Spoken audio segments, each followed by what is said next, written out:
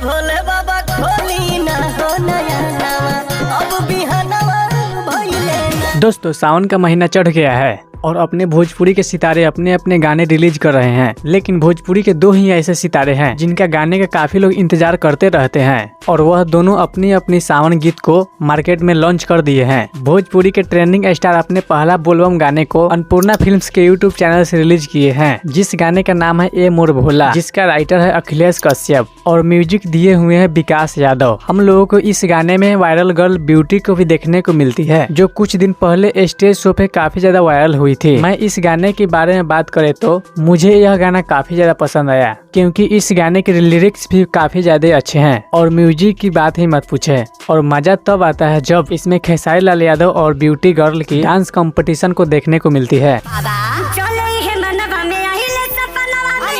मतलब कहे तो यह गाना काफी ज्यादा अच्छे हैं